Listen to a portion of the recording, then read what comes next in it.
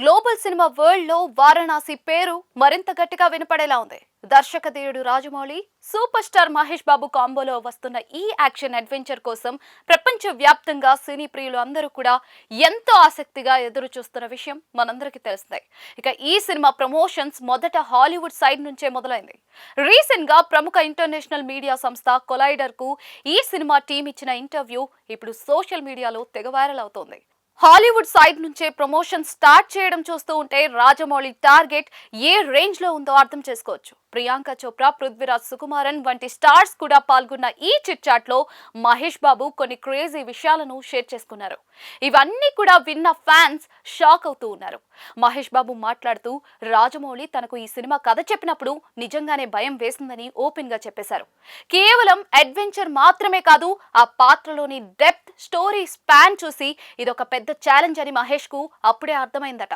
ఈ సినిమా కోసం తన బాడీ లాంగ్వేజ్ నుండి నడక వరకు ప్రతిదీ కూడా మార్చుకోవాల్సి వచ్చిందని, ఇది తన కెరియర్ లోనే అత్యంత కష్టమైన జర్నీ అని ఆయన చెప్పుకొచ్చారు. అయితే అందరినీ ఆశ్చర్యపరిచిన విషయం ఏంటంటే, సినిమాలో కనిపించే ఒకే ఒక్క ఫ్రేమ్ కోసం మహేష్ బాబు ఏకంగా 6 నెలల పాటు కఠినమైన శిక్షణ తీసుకున్నట్లుగా తెలిపారు.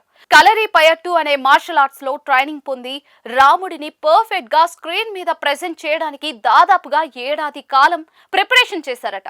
ఆ ఒక్క షాట్ కోసం అంత కష్టపడటం చూస్తూ ఉంటే జక్కన్న పర్ఫెక్షన్ ఏ రేంజ్ లో ఉంటుందో ఇక్కడ అర్థం చేసుకోవచ్చు.